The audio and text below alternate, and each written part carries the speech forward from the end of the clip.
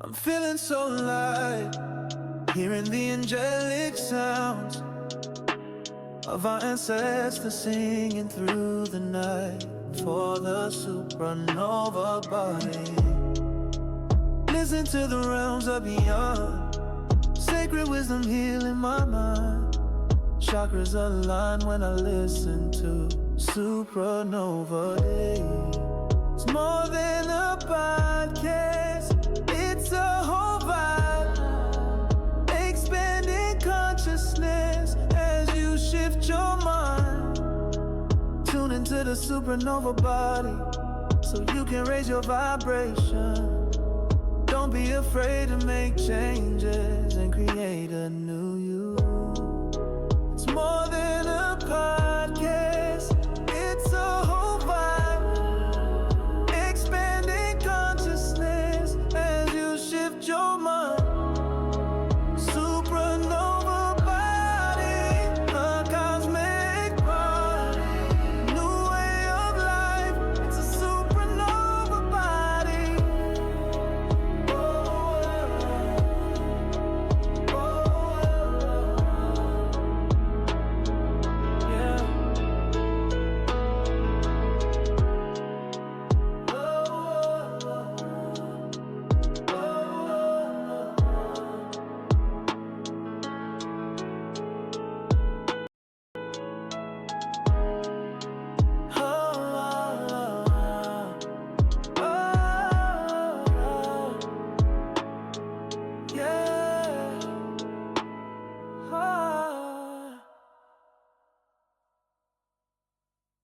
All right. Welcome to episode 5 of Supernova Body Podcast, season 2. Today's episode, we are talking about toxic love. Yeah, because why not? Okay, and so I want to start off by creating our definition that we'll be using for love and toxicity today, so that we have some common ground. Because love is subjective.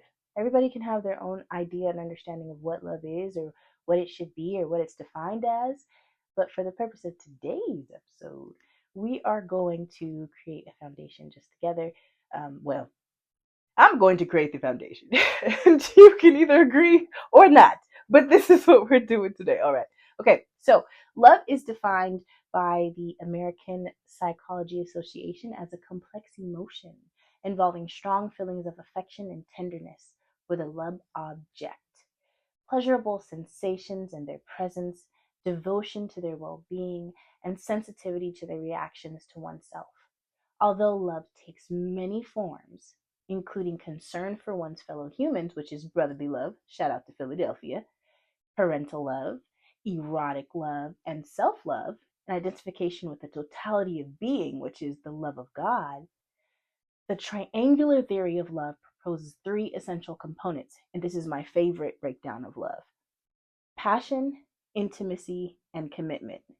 Social psychological research in this area has focused largely on passionate love, in which sexual desire and excitement predominate, and compassionate love, in which passion is relatively weak and commitment is strong.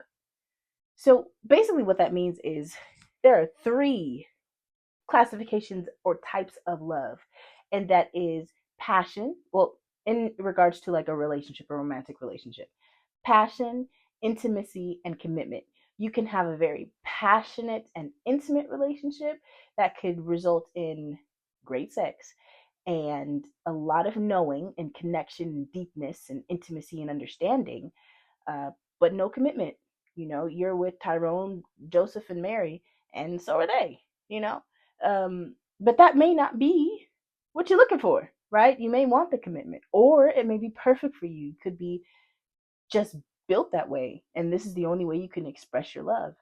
Um, the other way it could be is healthy in all 3 ways. You have intimacy, you have passion, and you have commitment. That relationship is set up for a long-term amount of success. Really, it's not my place to say this is how love should be. It should be all 3. It should be committed. It should be intimate. It should be um, passionate. Some people are old. They don't want to be touched. Just be faithful and know me real well and talk and listen. That's all I want. And that's fine. If you find that you are wanting or align with relationships that are balanced, that have commitment, passion, and intimacy, then chances are the other person should want the same and be able to provide that with you and give that to you so that you can be in the kind of relationship that you really want to be in. And I'm going to put my stuff on silent so that doesn't happen again. Okay, I forgot to do that. Okay, here we go. Okay, here we go. Okay, so we have a passionate relationship, just for the sake of the example. It's extremely passionate, it's amazing, it's intimate, it's fantastic, and neither party wants to be committed to each other. They don't want to be, or so they say. But one day, we'll say Billy Bob Joe sees his partner, we'll say Valenciaga, out and about with someone else. And before, when the relationship was just based on intimacy and passion, it was fine. They could care less. Okay, Balenciaga, whatever. I don't care if you out with whoever. It doesn't matter. But something happened, and now they want commitment, and they lose their temper, and it becomes a very toxic, nasty, argumentative situation. And Balenciaga is confused because what? We're just supposed to be friends. This is supposed to be a situationship. We just got passion and intimacy. That's it. I just know how you like your grits because we cook them in the morning. I didn't know that we were supposed to be committed. So now you have this situation dynamic where the passion and intimacy in this relationship is leading to them continuing to deal with each other. One person wants commitment and one is fine with the way it is. So now they're going back and forth. They can't seem to break that passion and intimacy. And what happens? What do you think happens in your scenario, in your mind? Balenciaga gets shot. Yes, Balenciaga gets shot because the other partner could not control their emotions in relation to them being out with someone else. And their relationship dynamic in their mind included commitment that Balenciaga just could not commit to, right? And when you have passion and intimacy, arise crimes of passion, right? Where people start shooting people or killing people or going crazy because this is their heart. And sometimes people can't control what happens when they feel played with or their heart starts to speak for them. Enters toxic love. All right, so Webster has a crazy definition of love. I think is pretty pointless and really doesn't do like love a service, okay? It does a great disservice to love. And it goes as follows. Love is an intense feeling of deep affection, a great interest or pleasure in something. I have a favorite teacup. I love it. It's pretty. I don't think that that's the same as my love for my snake plant, right? It might not be this. It's definitely non-comparable to my love for my children. It's not comparable to my love for my partner, right? Love is definitely bigger than an intense emotion or feeling. But who am I, right? Okay, now what is the definition of toxic? While toxic is not a clinical term, it does highlight and group together characteristics that are found in unhealthy relationship dynamics. Who decides what's healthy and what's not healthy? The law, mostly, right? Unhealthy, toxic relationships sometimes can lead to jail, jail time, and whatever you got to do to avoid that, I'm okay doing. All right. So negativity, conflict, harmful behaviors are all characteristics of toxicity or toxic relationships. They also mostly involve a lack of healthy boundaries, one-sided demands. Looking at you, Diddy. And a detrimental impact on the well-being of those involved. Okay. And not just one, but everybody. Like everybody can be an innocent bystander, just standing there as two couples or two people in a relationship are fighting each other. you know? And then that innocent bystander who's just trying to help ends up getting beat up by both of them, right? Everybody involved suffers in toxic relationships, whether you recognize it now or later. The toxic environment can definitely not be great for your life. Okay, so that's our foundation for toxic love that we'll be talking about in this episode. And if you find that you start to resonate with some of this stuff, like, okay, this has kind of been my norm, and you recognize that, I don't really want to continue in this way being my norm, keep listening, and we'll have solutions at the end that we can work through together, so you can make a different choice for what you're doing in your life, where you're going, and what that looks like. Because let me tell you, toxic love can be fun until it's not, right? And you can also have a lot of fun in healthy love. It doesn't have to be toxic. It doesn't have to be detrimental to everyone involved. It can be uplifting. It can be beautiful. It can be magnificent. If you want it. I can't force you. You got to want this. You got to want it for yourself. All right. So here we are. Again, I am looking at notes, and I will be looking at notes forevermore. So if you don't like it, too bad. Okay, here we go. And so toxic love, in the beginning, which is not always referred to as the love bombing phase, but it's the phase where everyone's in Delulu land, right? Where it feels so good to be loved. It feels so good to have someone talk to you and care about your day and offer you snacks and back rubs and gifts and lots of passionate romance. And all of those things just feel so magical. And this person is just like really great. Um, Sometimes the timeline can be very accelerated, right? Because there's an objective. Someone has an objective in that relationship. And it could be to get them draws, and that's not respective of men or women. It could be whoever. That could be the goal, is just to have the intimacy, the passionate, intimate aspect. While the other person can be definitely wanting the commitment. It could feel really good and it could feel really nice, but there are silent and sometimes blaring undertones of really bad behavior. And that can look like, oh, I'm going out with my friend. What do you mean you going out? Like, no, you're not going out. Or, oh, okay, that's fine. And they pop up. Like, I said I was going out.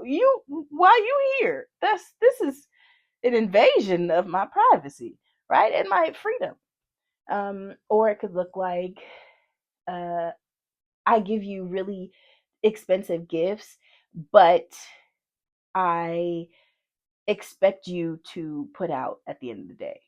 Or I am really, really, really, really nice to everybody, but my history shows that I have a lot of domestic violence restraining orders and things of that nature. Like, there are subtle, you know, things to pay attention to that you're not really paying attention to, because in the beginning it just feels so amazing. And toxic love can look very different to very different people. For some people, it could start off and it could be whatever. Then somebody cheats and all hell breaks loose, and now everybody can't let go, but they refuse to see you with somebody else, and so it's this back and forth. Yeah. Okay, so toxic love is not just a bad relationship, but it is one that is manipulative, controlling, disrespectful, and causes a significant amount of emotional harm. And that's not to be confused with healthy conflict. Okay, I don't like that you are wearing that outfit, because to me, it doesn't really represent who you are. Versus, I don't like that you're wearing that outfit because you look like a hoe and you ain't gonna be representing me looking like a hoe. Two totally different things, two totally different dynamics. One is looking out for the best interest of that person so that no harm is caused to them. The other is looking out for yourself and how you feel about your partner's ability to be who they are, right? Reminding somebody that they have a brand or image or something that they should consider because that's who they are, um, is very different from saying, well, I don't like it. I think you should consider, you know, looking different. That's none of your business, you know?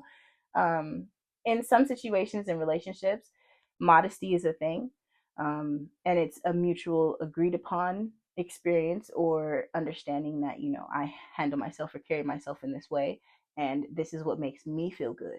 This is what makes me feel like I'm honoring my emotions, my relationship with whoever I believe in, my relationship with God, my relationship with my higher power, right? Those are all very different from dysfunctional conflict, which is not coming to a resolution, right? There's no positive uplifting happening. Y'all have situations in your mind right now. There are so many publicized relationships that you could think of. I mean, if you tapped into that kind of stuff. But for the sake of this, we're going to continue. We're going to continue because I think you have a clear understanding of it. All right. Also, another major thing about the toxicity is how someone feels, right? Um, a lot of the definitions that talk about love reference feelings, right, and how it feels in these relationship situations or dynamics. And the part of the toxic relationship that just feels horrible is an indicator that there's something wrong. There's so many ups where when we're up, oh, it's so good, it's so wonderful, but when we're down, it is soul crushing, it is low, it is painful, and it makes you feel like you're recovering from an illness or you have been toxically affected, like toxic waste is now in your body. You feel it in your soul, you know? All right. Okay. So, some of the red flags that you might miss or dismiss because you're in, excuse me, the phase of super excited love, um, could be the control and manipulation.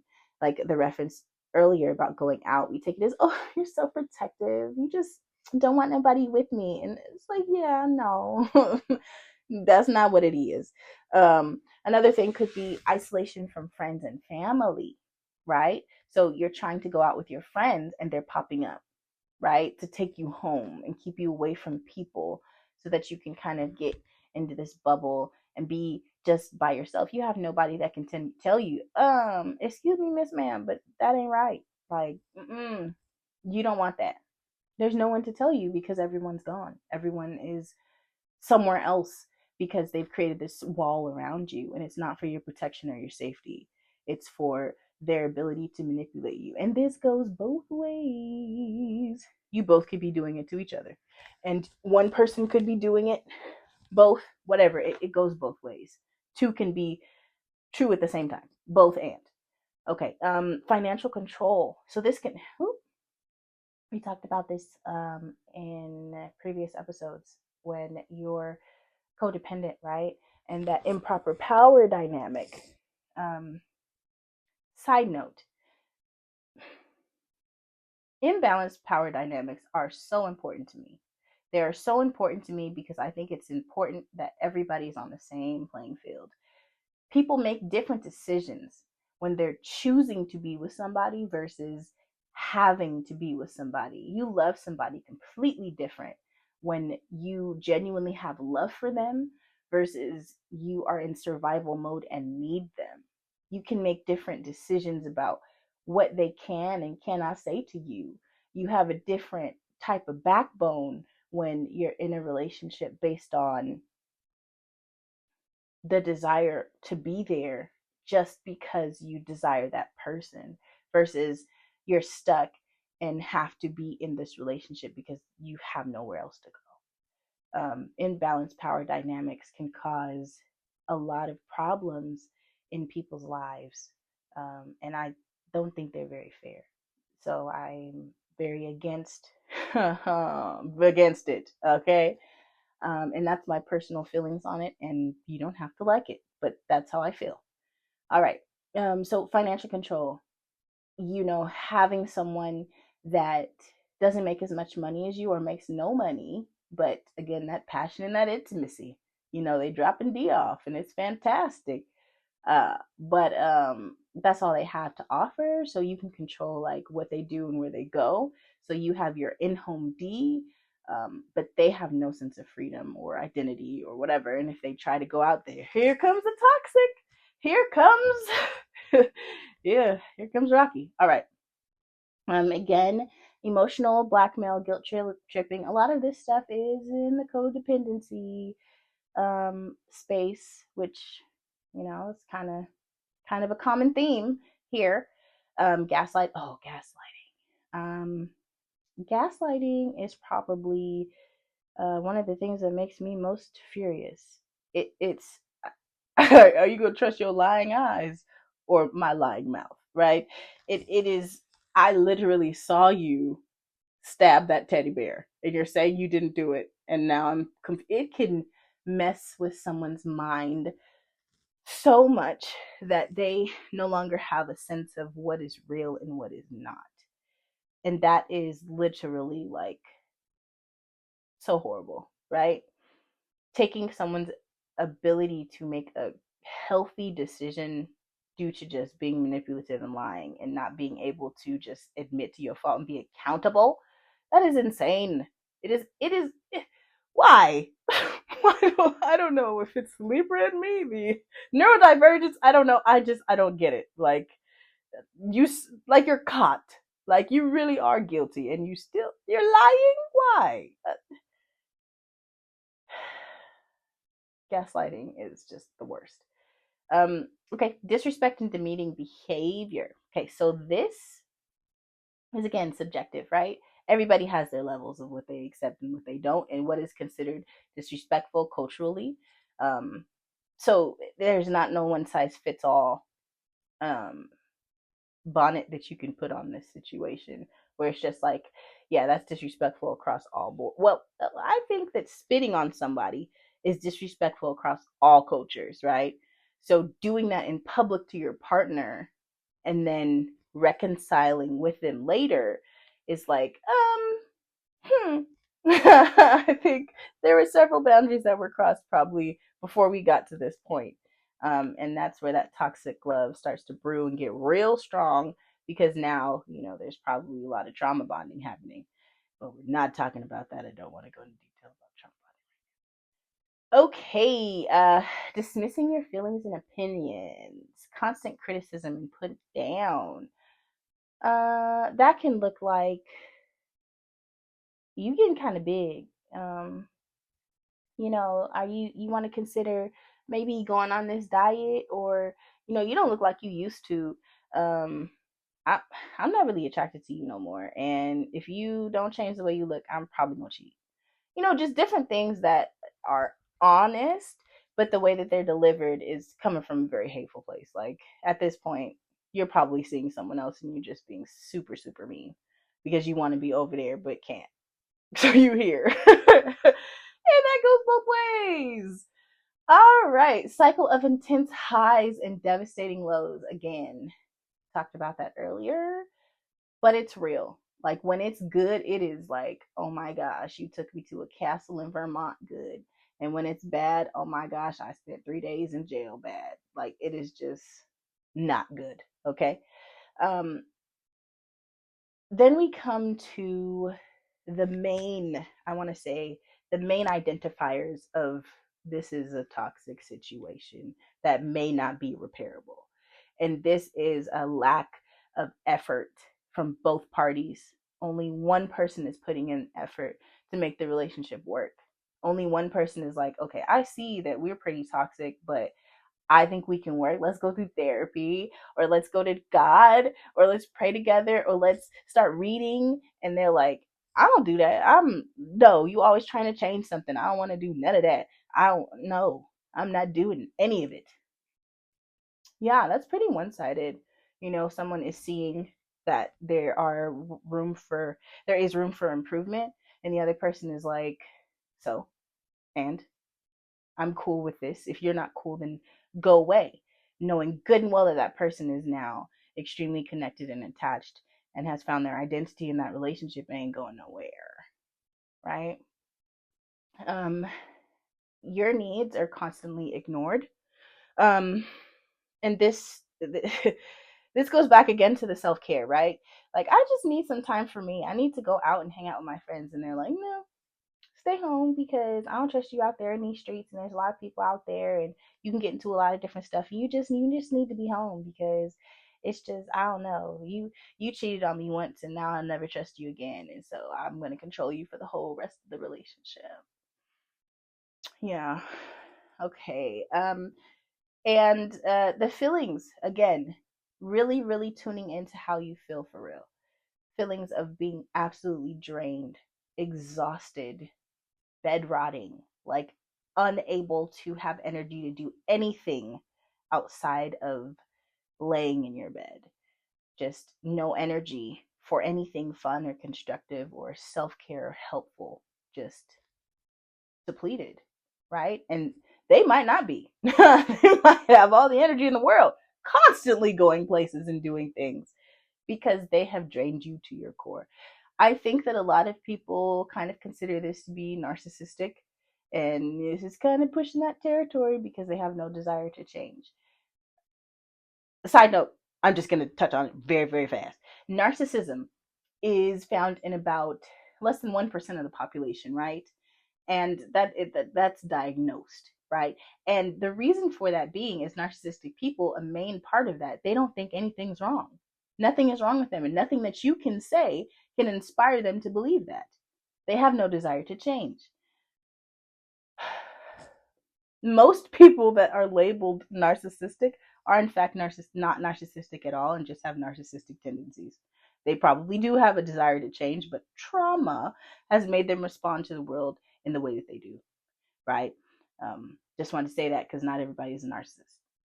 Narcissists are very, very clear that they are a narcissist and have no desire to change it. They're not going to get the help. and and statistics and research has shown that even by them going to get help, rarely does it change who they are. They're just psychologically not wired for change. Amazing business owners, amazing career people, and really have a good ability to create the perfect image. But change is not, it's not gonna happen. Okay, it's not gonna happen at all. Anyway, moving on, moving back in to this. Eventually, self worth dissipates. So the one party, because while it could be both parties, but usually it's one in this dynamic. This is not codependency. One person, but it can be both because I said that earlier, but you can. One person's sense of self erodes and becomes nothing. Again, gaslighting usually leads to that, and that's why I dislike it so much because it's unnecessary. There are so many people out here that you can get whatever you want to get from just by being honest. You don't have to lie, and if you feel you have to lie, then you don't need what you're trying to get. Period. Like, okay, feeling consciously anxious or sad. This is when, ladies and gentlemen, I want you to consider any recent diagnosis of being overly anxious, ending a relationship and developing the diagnosis of being extremely anxious, or any kind of anxiety ridden disorders. Um, Chances are the relationship was extremely toxic and began to erode at your self identity of who you were, and you became extremely anxious. Um, Losing your sense of self, your hobbies, your passion, feeling like you have to walk on eggshells. You can't say that, you can't wear that, you can't do that. Yeah, my man ain't gonna go for that. Nah, my girl, she, she don't go for that. Having to say that to everyone in order to protect yourself and avoid a disagreement later. Um, all of this is after the relationship has been in effect. And sometimes the toxicity starts after the first month, after 90 days. Other times it doesn't until something changes in the relationship dynamics. could be 6 months in, and now this person doesn't have a job, and now everything is very toxic because instead of that person finding another job or rebuilding their sense of self or seeking help from somebody or something to get what they need to get back to that place of peace, now their sense of self is eroded and they want everybody else to feel it too. Yeah, which is unfortunate, because that's not who that person is. But trauma and disappointment and a lot of things can manifest themselves at our lowest points. Um, yeah. Okay. So the common dynamics or roles are usually the victim or perpetuator. Or the uh, again, that's kind of like we're heading back into codependency, and we're not talking about that today, this episode. um, but you typically there are two set roles, and in a relationship, they can fluctuate. They can go back and forth because again, everything is fluid. But with toxic love, usually both people are just refusing to let each other go. It's not like one person is just getting beat up. No, we're throwing fists. And then after, we're going to go make love and we're going to be fine. Because, sex just makes it all okay. Because passion is the number one focus in the relationship. And it feels so good. Maybe when the sex is really great or seeing them, you feel these emotions, and just being in their presence is so euphoric. But really, when you're not in their presence, everything starts to kind of calm down and that high is gone, and you start to realize, okay, maybe this is not what I thought it could be, or maybe this is not what I really wanted it to be. Um, which is usually why another key point is time apart is rare. Most of your time is spent with this person. Again, they won't let you go anywhere. Rarely do they go out. And if they do, it's to have a great time without you, just to make you feel like, they still got it, but you don't, you know? Um, yeah. Which also plays on abandonment issues, attachment styles, and all of those wonderful things. Um, they also like to emphasize that leaving the relationship is a sign of weakness and not strength. Like, you're just like all of those other girls. Like back in the day in the 40s, women really just did a great job being wives, and you'll never be one because you don't know how to stay and go through anything or work through stuff because this is normal and you should want to be in this relationship. Or on the flip side, you're a weak man. Like another man would be able to handle this and do more, and you don't know how to do anything, and you're just not a man. And if you leave this relationship, it shows that you are just not a man. So it can go both ways, and people use these tactics to keep people in relationships for a long time. A long time. Okay. Yeah. So I've pretty much given examples on every possible way, as you can see. Not every possible way, but a lot of ways that you can recognize the toxicity in a relationship. And if you are starting to feel like, I've been through this, or this is kind of a pattern I'm starting to see in every relationship, that it gets to a point where it's really ugly and I'm afraid that they'll leave me, or they've threatened to leave me, and now I feel really clingy or in need of this person because I've placed my entire value in how they see or view me. Might be a little toxic, and if you're tired of it, we could definitely talk through that.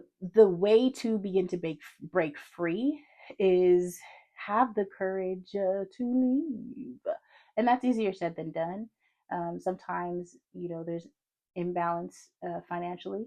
Sometimes there's a lack of community and support because they've made you get rid of everybody. But joke's on them, because typically your community, they love you forever and they'll still be there, especially to help you get away from this relationship, even though that they may have told you that nobody wants to do that. everybody wants to do that. Everybody wants to do that and make sure that you're good because they love you for real. So acknowledge the difficulty and fear of leaving. Find a safe space and somebody to talk to about what it looks like to leave for real. Like, what is that going to look like financially? What is that going to look like emotionally? What is that going to look like socially? You've built your whole life with this person, or you've built a major part of your life with this person. What is it going to look like to walk away for real? Do you want new friends? Do you want new acquaintances? Do you want to live in a new neighborhood? Is your life comfortable? Like, let's be really for real about what it's really going to look like. Address common reasons that people stay. So again, find that safe space and really talk about the reasons why people stay. Talk about the real reasons why you would stay. Again, I mentioned just now that it could be for many reasons, but talk about all of the reasons of someone, not just the reasons that you would stay, but the reasons other people have stayed. And in that, you may find that those are also reasons that you may stay too. So that can look like, in addition to what I've already said, not wanting to find a new church, not wanting to be embarrassed because of the relationship's failure and what society might put on you or label you, having children with the person and not wanting to have a broken home in which you raise your children, even though they're witnessing all of the toxicity, you'd rather stay. Or it's cheaper to keep them. You rather stay in the relationship or situation because it's cheaper financially. And who wants to have to pay for all of the things of separating and divorcing when you could just stay and be miserable? Okay. There are so many different reasons why my religion won't allow it. Spiritually, I feel like the universe will disown me. Spiritually, I feel like this is my choice and I have to live with it until I die. There are so many reasons why people find to stay, and you might find that you resonate with those reasons, and that's okay. That's all right. All right. Okay. I want to emphasize at this point, if you do, if this episode has kind of triggered you a little, and you feel like you're in a toxic relationship and you need to leave, reach out for support. www.supernovabody.com. Definitely here to help you. Reach out to a trusted family member. Reach out to a friend, even if it's been a minute, even a minute, not a minute. Even if it's been a minute, they still love you. Chances are they will always love you. And if they don't, there's somebody, right? There are hotlines, there are clinics, there are people who make this their life's mission to make sure that you don't stay in a relationship that doesn't serve you. And this is for men too. Yes, absolutely for men too. This is not just a woman thing. Women are not always the victim. Men are not always the perpetrators. It very much so goes both ways. Um, so after you've established uh, that you need to leave and you create a safe person to help you leave, really lock in and create your exit strategy. What does that look like? For real, what does that look like? How can you make it work? Financially, is this feasible? Do you need to rely on public assistance for a while? Your ego may take a dive, but there are resources. Um, Social workers, shout out to social workers. We can help you for real. We can help you find those resources you need. All right. And be honest with yourself about uh, the path to healing that will come. Not just about all the physical changes, the spiritual changes, but the emotional aspects that will change. Leaving a relationship is quite difficult, especially when there was a lot of passion. Passion is sometimes harder to get over than commitment, right? And even intimacy, because I'm telling you, there are so many people trapped right now in a very passionate situation that they just can't shake themselves free from it. They're stuck, okay? It happens. But it doesn't have to keep happening. And eventually, with the right amount of healing and right amount of time, you could definitely walk away and be stronger for it. Okay. And a major part of the healing process is learning to set your boundaries and identify what your core values are. So that could look like it is important for me to have reciprocity. So in my next relationship, this person has to be able to be reciprocal with the energy that I give them. Whether if it's we're going finance for finance, we're going emotion for emotion, we're going effort for effort, it has to be reciprocal. It could also look like uh, honesty is everything for me. You are not going to gaslight me. You have to be honest with me, and that is it's about everything, right? And if you start noticing in situations or people that they just don't have the capacity to be honest, that ain't your person. Walk away, right? We don't need to double back into a toxic relationship. You done got a PhD in it. It's time to move on, right? Establish who you are and what matters to you outside of everybody and anything else. And then you can have a better understanding of where you're going, right? And what's going to happen in your future. Yeah.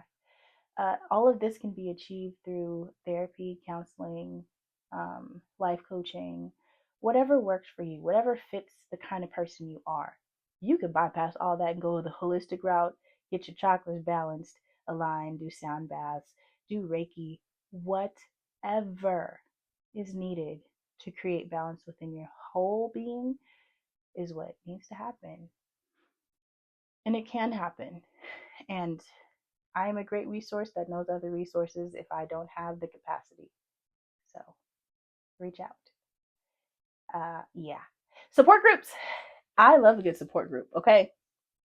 I have been in some support groups that have led me to a deeper sense of self and awareness and made me feel like I'm not crazy. And there are other people that really are going through this for real. There are other people that have experienced this for real. I'm not the only person going through this. I'm not the only person that has ever experienced this. Okay, this is not so hard. Okay, there are other people walking this journey with me, and yeah, I could do it. Yeah, yeah. Mm-hmm. Okay. All right. So those are some of the main steps to get back to who you are. Um, and I'm not going to go through all of the steps of therapy because we'll be here for probably another couple hours because each step really requires um, a deep understanding. And I think that every therapy or therapeutic approach is custom to the person. No two people are going to receive the same information the same way.